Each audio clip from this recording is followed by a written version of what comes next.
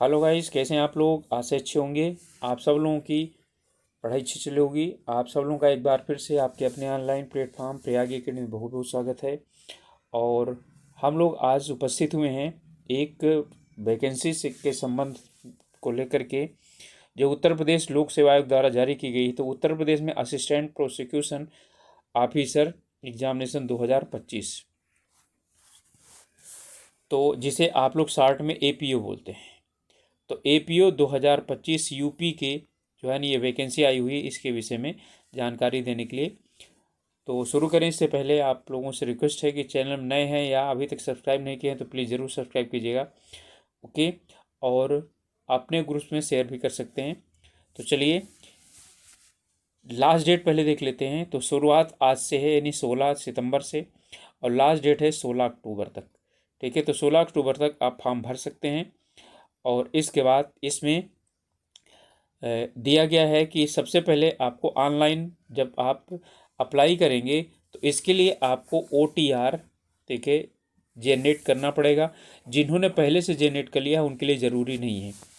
और इसे जो है ना, यानी 2-3 चीज़ें, जब आप OTR में पहुंचेंगे या वेबसाइट पे पहुंचेंगे तो वेबसाइट में एप्लीकेशन, ठीक है, एडवर्टाइजमेंट पे क्लिक करेंगे या ऑनलाइन, ठीक है, एडवर्टाइजमेंट पर क्लिक करेंगे तो आपको 3 चीज़ें दिखाई पड़ेंगी: यूजर इंस्ट्रक्शन, वेब एडवर्टीजमेंट और अप्लाई। ठीक है, तो OTR यदि आप कर चुके हैं और आपके पास OTR नंबर है तो आप सीधा क्या करिए, अप्लाई पर पहुँचे। लेकिन आप एडवर्टाइजमेंट ज़रूर डाउनलोड कीजिएगा। एडवर्टाइजमेंट दोनों में, हिंदी में इंग्लिश दोनों में उपलब्ध है।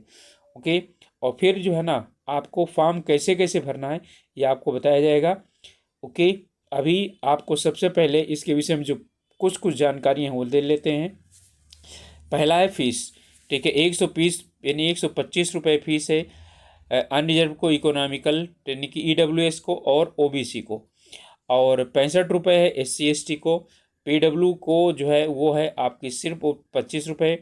एक सर्विसमैन को भी 65 रुपये है। और जो फ्रीडम फाइटर्स के रिलेटिव हैं या वोमेंस हैं या स्किल्ड प्लेयर हैं, इनको अपने कैटेगरी के अनुसार ही डालना पड़ेगा, यानी फीस। जनरल के हैं तो 125 रुपये, SC ST और फिजिकल हैंडीकेप के हैं तो उन्हें 65 रुपये। और यदि एक सर्विसमैन और फिजिकल डिसेबल्ड पर्सन है तो उनके लिए सिर्फ 25 रुपये जमा करना पड़ेगा। ओके। चलिए अब इसके बाद आप देख लीजिए कि कुल वैकेंसी कितनी है। इस बार वैकेंसी बहुत ज़्यादा है। ठीक है, टोटल वैकेंसी है 182। ओके, जिनमें अनरिजर्व 27 हैं, 182 में 27। ओके, तो 50% से भी क्या है, काफ़ी ज़्यादा कम है ये। 18 EWS की, 10% इसका पूरा है। ठीक है, 18। 67 जो वैकेंसी है वो SC के लिए है वैकेंसी। इस बार SC की वैकेंसी काफ़ी ज़्यादा है। ठीक है, ST की 9 है, OBC के 61 है। ओके। और जो है ना, फीमेल के लिए इनमें जो है वो 2 चीज़ें आपको, PH वालों के लिए 7 वैकेंसी, और इसमें है डिपेंडेंट आप फ्रीडम फाइटर 3 वैकेंसी, और फीमेल के लिए 6 वैकेंसी, 36 वैकेंसी है। ओके। और ये इसमें यानी कि पैडल जो है वो रिजर्वेशन होगा, इन्हीं में है, ये अलग नहीं है। कुल 182 वैकेंसी है। ये बी और गजटेनी की, ग्रुप बी की और गजटेड ऑफिसर की जो है ना ये वैकेंसी है। और जो पे स्केल है 47,600 से लेकर के 1,51,100 रुपये तक है। ग्रेड पे 48 रुपये है और लेवल 8 की नौकरी है। ओके। यूपी के जो SC ST OBC और स्किल्ड प्लेयर हैं इनको रिजर्वेशन दिया जाएगा, महिलाओं को भी। और जो है इसके बाद अब आपका जो है ना, इसमें दिया गया है कि कुछ जो दिव्यांगजन हैं और EWS वगैरह वाले हैं, इनको किस तरह से ये सब दिया गया है नियम। ओके। और इसमें एलिजिबिलिटी आ गई, यानी योग्यता क्या होनी चाहिए। ठीक है, तो इसमें योग्यता है, सबसे पहली जो योग्यता है को जो है ना, वे एप्लीकेंट जो, यानी कि ये क्राइटेरिया, यानी कि इनमें से क्या करते हैं, और ओके सॉरी, ये है कंडीशन ऑफ एलिजिबिलिटी किसकी है, इन केस आप इमरजेंसी, ठीक है, कमीशनड शॉर्ट सर्विस वाले, ठीक है। तो ये यानी कि ये जो आपके वो हैं एक्स सर्विसमैन हैं, उनके लिए है, एक्स सर्विसमैन के लिए है। और इसमें आता है आपका जो मैरिटल यानी कि स्टेटस है वो है अनमैरिड होनी चाहिए, सॉरी यानी मैरिड जो है ना वो व्यक्ति अप्लाई नहीं कर सकता है जो जिसकी दो पत्नियां हो, या उस महिला ने जिसने क्या किया हो, पहले से ऐसे पुरुष से यानी विवाह किया हो जिसके पहले एक स्त्री जीवित हो, यानी पत्नी जीवित हो, सॉरी। एजुकेशनल क्वालिफिकेशन अब देखते हैं हम लोग, ठीक है। तो इसमें है प्रेफरेंशियल क्वालिफिकेशन। इसमें पहला है कि आपको देयर यानी कि इनमें सभी चीज़ें इक्वल होने पर, ठीक है, इसमें जो है ना टेरिटोरियल आर्मी में या एनसीसी बी सर्टिफिकेट प्राप्त है तो उसको जो है ना वो दिया जाएगा, कुछ प्रमोशन यानी कि प्रेफरेंस दिया जाएगा। कोई भी कैंडिडेट जिसने कि लॉ डिग्री किया हो किसी से, किसी भी रिकॉग्नाइज यूनिवर्सिटी से, ठीक है, और इस जो है ना कह रहा है कि एप्लीकेशन की अंतिम तारीख तक अर्थात 16 अक्टूबर तक जिसका रिजल्ट आ गया हो वो अप्लाई कर सकता है। ओके, 16 अक्टूबर तक जिसका रिजल्ट आ गया हो वो अप्लाई कर सकते हैं। और इसमें कुछ और भी जो है ना एनी पोस्टों के लिए रिलेवेंट जो है वो इन डिग्रियाँ दी गई हैं। उत्तर प्रदेश प्रोसिक्यूटिंग, ठीक है, ऑफिसर सर्विसेज रूल, ठीक है, 1991, 94 वाला, 2004 वाला, ठीक है, सेकेंड अमेंडमेंट जो हुआ है, ठीक है, ये इसके अनुसार। और इसमें जो एज लिमिट है वो 21 तारीख से यानी 1 जुलाई 2025 से 21 से लेकर के 40 वर्ष के बीच में होनी चाहिए, यानी 21 साल से कम नहीं होना चाहिए, 40 वर्ष से अधिक नहीं होना चाहिए। लेकिन जो रिजर्वेशन वाले कैंडिडेट हैं उनके लिए छूट है इसमें। फिजिकल हैंडीकेप के लिए कह रहा है अब इसमें यानी कि कुल दिया हुआ है कि जो 2 जुलाई 1985 से पहले पैदा ना हुआ हो, ठीक है, ये दिया हुआ है यहाँ पर। और इसमें दिया हुआ है जो फिजिकल हैं कैंडिडेट, पीएच कैंडिडेट हैं वो 2 जुलाई और 1970 के पहले ना पैदा हुए हों, ये दिया गया है। और इसमें दिया हुआ है ओबीसी, एससी, एसटी, इन सभी के लिए जो है वो छूट दी जाएगी। एक सर्विसमैन को भी छूट दी जाएगी, वो दिया हुआ है। इसमें रिटेन एग्ज़ाम करने के लिए ये बोल रहा है कि रिटेन एग्ज़ाम के लिए क्या किया जाएगा, फीस जमा करने के लिए वो बताया जा रहा है। तो जो प्री में क्वालिफाई हो जाएंगे उन्हें 225 रुपये फीस जमा करनी पड़ेगी, ठीक है। जनरल ओबीसी ईडब्ल्यू, सॉरी हाँ, जनरल ओबीसी ईडब्ल्यूएस इनको, और एससी और एसटी वालों को, ठीक है, 105 रुपये जमा करना पड़ेगा फीस। ओके, 105 रुपये इनको जमा करना पड़ेगा। और जो एक सर्विसमैन है उन्हें भी 105 रुपये जमा करना पड़ेगा। और जो फिजिकल हैंडीकेप कैंडिडेट है उन्हें सिर्फ 25 रुपये जमा करना पड़ेगा। ओके, चलिए अब इसके बाद जो बाकी वही है कि जो ओमेन कैंडिडेट हैं, ठीक है, और जो फ्रीडम फाइटर के जो है उसमें है संरक्षण में, वो लोग, इनको जो है स्पोर्ट्स कोटा वाले हैं, इनके लिए अपने जो ग्रुप है उनका अपने उसके अनुसार ही फीस जमा करनी पड़ेगी। इसमें कैंडिडेट्स को जो है इसमें दिया गया है और जानकारियाँ आप लोग डाउनलोड करके और पूरा जानकारी पढ़िए। और हम लोग आप लोगों को जनरल जो है ना यानी जानकारी दे रहे हैं। इसमें OMR कैसे भरना है ये सभी चीज़ों जानकारियों के लिए इन्होंने दिया हुआ है।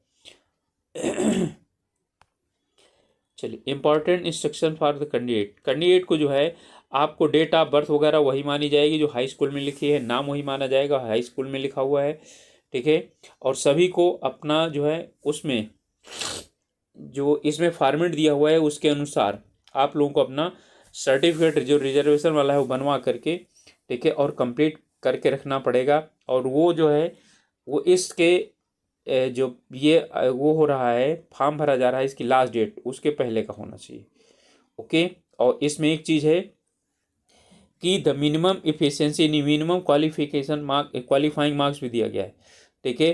तो जो यानी कि वो हैं SC ST हैं उन्हें 35%, 35% से नीचे जो पाएंगे उन्हें यदि एलिजिबल यानी कि भले ही कैंडिडेट नहीं आए तो भी उनको नहीं बुलाया जाएगा मेंस के लिए। और 40% से नीचे जो है वो जो जनरल वाले ईडब्ल्यूएस और ओबीसी के हैं उन्हें नहीं आना चाहिए।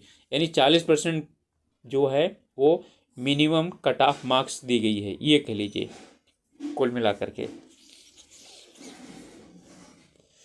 इसमें अब आपके जो सभी ईडब्ल्यूएस ओबीसी आदि जो भी हैं इनके सबके ये दिए गए हैं, इस तरह वालों में आपका बना होना चाहिए जो सर्टिफिकेट है। ओके, चलिए अब जो है इसमें हम देखते हैं कि इन्होंने जो प्री एग्ज़ाम है उसके लिए जो दिया गया है सिलेबस वो कितने का होगा। ठीक है, तो यहाँ पर प्री और मेंस 2 पेपर होंगे, यानी 2 जो है एग्ज़ाम होंगे। पहला है, ठीक है, प्री के लिए, तो प्री में जो है आपके 150 क्वेश्चन आएंगे, 150 नंबर के होंगे, 2 घंटे का पेपर होगा। पार्ट 1 में 50 होंगे जनरल नॉलेज के प्रश्न, और जनरल नॉलेज में दिए गए हैं क्लियर प्री के लिए, आपके प्री एग्जाम के लिए दिया गया है। जनरल साइंस से 8 क्वेश्चन, यानी कि ये जो है ना करंट इवेंट यानी कि करंट अफेयर से 10 क्वेश्चन, इंडियन हिस्ट्री से 8 क्वेश्चन, मूवमेंट से 8 क्वेश्चन, पॉलिटी और इकोनॉमी से 8 क्वेश्चन, ज्योग्राफी से और पॉपुलेशन से 8 क्वेश्चन। ओके, इनमें बहुत ज़्यादा बोल रहे हैं कि हालांकि पूछते तो इतना गंभीर क्वेश्चन है, ठीक है, लेकिन लिख देते हैं कि इसमें सामान्य जानकारी होनी चाहिए, और जो पूछा जाता है क्वेश्चन वो सामान्य जानकारी में आता ही नहीं। सेकंड में आपको लॉ का होगा और 100 क्वेश्चन होंगे और 100 मार्क्स के होंगे। ठीक है, इन्हें भी दिया गया आपका भारतीय न्याय संहिता 2023 30 क्वेश्चन, द भारतीय साक्ष्य अधिनियम 2023 20 प्रश्न, ठीक है, द भारतीय नागरिक सुरक्षा संहिता 2023 25 question, UP police act and regulation 15 question, ठीक है, इंडियन कॉन्स्टिट्यूशन 10 क्वेश्चन। ये कुल 100 प्रश्न है और 100 नंबर के होंगे। ओके, इसके बाद मेंस जो एग्ज़ाम होगा वो मेंस का एग्ज़ाम होगा प्री क्वालिफाई करने बाद। ओके, इसमें रिटन होगा, 6 पेपर होंगे इसमें। ओके, 6 पेपर देख लीजिए कौन कौन से पेपर होंगे। जनरल हिंदी 100 अंक का, ठीक है, इसमें आपका जो आएगा क्वेश्चन पेपर सेल भी हाई स्कूल लेवल का। जनरल इंग्लिश 50 अंक का, ठीक है, इसमें भी हाई स्कूल लेवल का आएगा। जनरल नॉलेज ये 50 अंक का होगा। ओके, फिर है क्रिमिनल लॉ एंड प्रोसीजर, ये 100 अंक का होगा, और ये साक्ष्य अधिनियम 100 अंक का, ठीक है, और है अन्य अधिनियम, ये 100 अंक के होंगे। अब अन्य अधिनियम में इन्होंने दिया है कि अन्य अधिनियम के अंतर्गत कौन कौन आएंगे। ठीक है, तो अन्य अधिनियम के अंतर्गत या टोटल 500 का होगा आपका।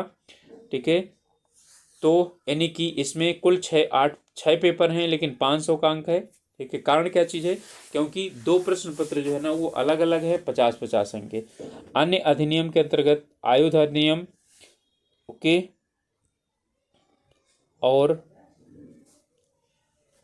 लैंगिक अपराध यानी बच्चों संरक्षण अधिनियम 2012, दहेज प्रतिषेध 1961, अनुसूचित जाति अनुसूचित जनजाति अत्याचार निवारण 1989, भ्रष्टाचार अधिनियम 1988, सूचना प्रौद्योगिकी 2000, विस्फोटक अधिनियम 1884, लोक संपत्ति नुकसान निवारण 1984, आवश्यक वस्तु अधिनियम 1955, ठीक है, गुंडा नियंत्रण एक्ट 70, ठीक है, और गिरोहबंद समाज विरोधी क्रियाकलाप जो है 86, उत्तर प्रदेश गोवध अधिनियम 55, और उत्तर प्रदेश विधि विरुद्ध धर्म सम परिवर्तन प्रतिषेध 2021, विधि विरुद्ध क्रियाकलाप अधिनियम 1967, उत्तर प्रदेश सार्वजनिक परीक्षा अनुचित संसाधनों का निवारण अधिनियम 2024, विदेशी विषयक अधिनियम 1946। ये आपके 15 भाग हैं, यहाँ से 100 यानी कि क्वेश्चन आएंगे 100 नंबर के जो भी हैं ये, यानी कि 100 नंबर के ये होंगे।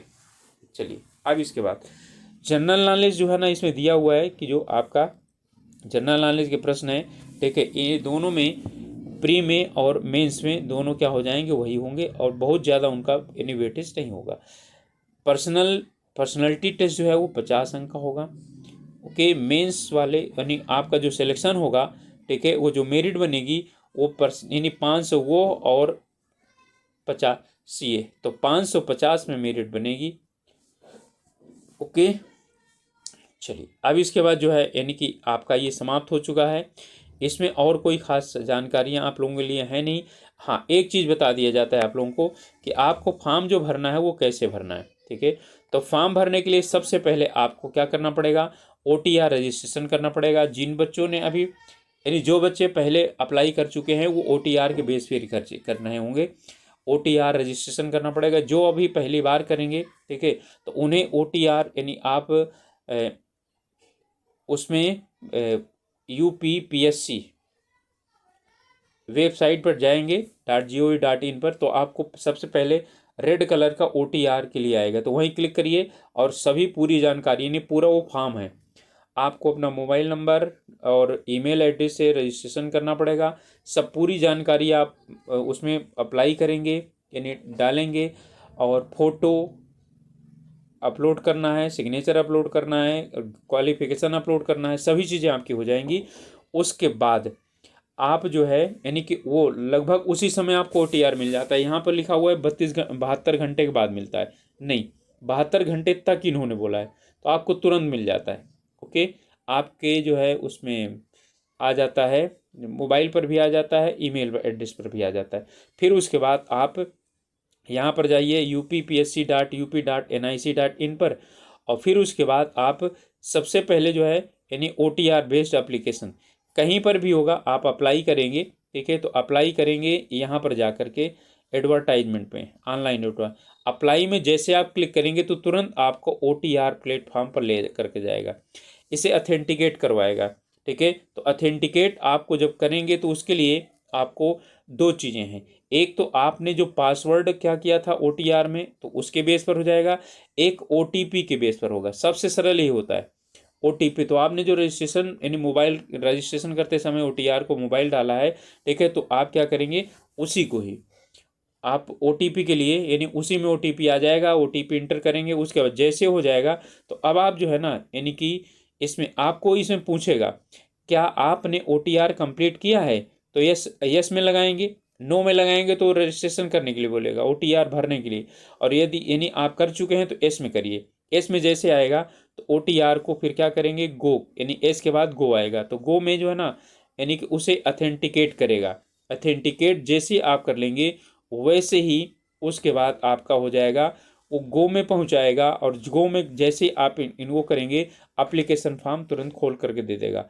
उसमें आपको कोई खास चीज़ें नहीं भरनी पड़ेंगी, आपका पहले से OTR से सब कुछ ले लेगा वो डेटा। और फिर उसके बाद आपको वो जो है उसमें सिर्फ जो क्वालिफाइंग जो है एग्ज़ाम है उसके विषय में बात करेगा, ठीक है। तो क्वालिफाइंग एग्ज़ाम के विषय में बात करेगा, तो उसका आपको फिर से उसमें क्वालिफाइंग एग्ज़ाम के विषय में कब आपने किस यूनिवर्सिटी से किया, किस साल किया, मार्क्स कितने आए, ठीक है, रोल नंबर क्या था, ये सभी चीज़ें भर करके और फिर उसके बाद आप सबमिट करेंगे। और जैसे सबमिट करेंगे, ठीक है, वैसे थर्ड स्टेज आपकी आ जाएगी, और वो बोलेगा कि आप फीस जमा करना चाहते हैं, तो आप बोलेंगे यस, तो उसे क्लिक करिए। नेट बैंकिंग से, कार्ड पेमेंट से और अदर बैंक से, तीनों मेथड से आप क्या कर सकते हैं, उसे अप्लाई यानी कि उसमें फीस जमा कर सकते हैं। लेकिन हाँ, एक चीज़ ध्यान रखिएगा कि आप जब अदर पेमेंट करेंगे तो उसके लिए आपको स्लिप निकलेगी, फिर आपको लेकर के जाना पड़ेगा उसमें जो स्टेट बैंक ऑफ इंडिया, वहाँ पर उसका यानी ट्रेजरी भरनी पड़ेगी, फिर ला करके फिर आपको उसे पूरा करना पड़ेगा। इससे अच्छा तो ऑनलाइन कर दीजिए, नेट बैंक से या पेमेंट कार्ड से, आपका पेमेंट यानी कि ATM है, तुरंत हो जाएगा वो, ठीक है। और जैसे ही आपका जो है पूरा होगा तो वैसे आपका फिर खुल करके आ जाएगा, और बोलेगा कि आप क्या करेंगे, अपना प्रिंट आउट लेंगे, तो प्रिंट आउट लेकर उसको रख लीजिए। और हाँ, यदि आप उस समय, फिर से आपको बताया जा रहा है कि यदि आप उस समय नहीं कर पाते हैं, कोई भी प्रोसेस आपका पूरा नहीं हो पाता है, तो आप OTR से जहाँ पर OTR रजिस्ट्रेशन है, ठीक है, तो OTR से आप अपना फॉर्म खोलिए, उसे बोलते हैं डैशबोर्ड। तो डैशबोर्ड आपका खुल जाएगा, तो आपका दिखा देगा कि आपका जो एग्ज़ाम का फॉर्म भर रहा है, जितने भी एग्ज़ाम फॉर्म आप भरेंगे सब इकट्ठा रहेंगे, ठीक है। तो आप जो का फॉर्म जो है किस यानी कि स्टेज पर है, तो आप वहीं से जाकर पूरा कर सकते हैं, आपको बार बार भरने की ज़रूरत नहीं पड़ेगी। फीस नहीं जमा है तो वहीं पर आपको जो ना, यानी कि पे फीस वहाँ लिखा रहेगा, पे फीस नॉट पेड, वहीं पर पे फीस आएगा, क्लिक करिए, सीधा पे वाले का यानी ऑप्शन में ले जाएगा, और आप फीस पे कर देंगे तो आपका जो है ना वहाँ पर कंप्लीटेड आ जाएगा, वो ग्रीन हो जाएगा, और वहाँ पर वो क्या करता है, टिक भी लगा देता है ग्रीन कलर का। ओके, और फिर आप अपने पेन उसे फॉर्म को प्रिंट आउट निकाल सकते हैं। ओके, तो ये पूरा प्रोसेस होगा, और बहुत अच्छी वैकेंसी है, काफ़ी ज़्यादा वैकेंसी आई हुई हैं। आप लोग ज़रूर इस फॉर्म को जो जो कैपेबल हैं ज़रूर भरिए, और आप लोगों से रिक्वेस्ट है कि आप लोग चैनल में नए हैं या अभी तक सब्सक्राइब नहीं किया है तो प्लीज़ ज़रूर सब्सक्राइब कीजिएगा, और अपने ग्रुप्स में शेयर भी कर सकते हैं। हम लोगों का प्रयास कैसा है लग रहा है आप लोगों को, ठीक है, ये ज़रूर बताइएगा। मिलते हैं अगले वीडियो में, तब तक के लिए ऑल द बेस्ट। अपने स्वास्थ्य का ध्यान रखिए और पढ़ाई कीजिए।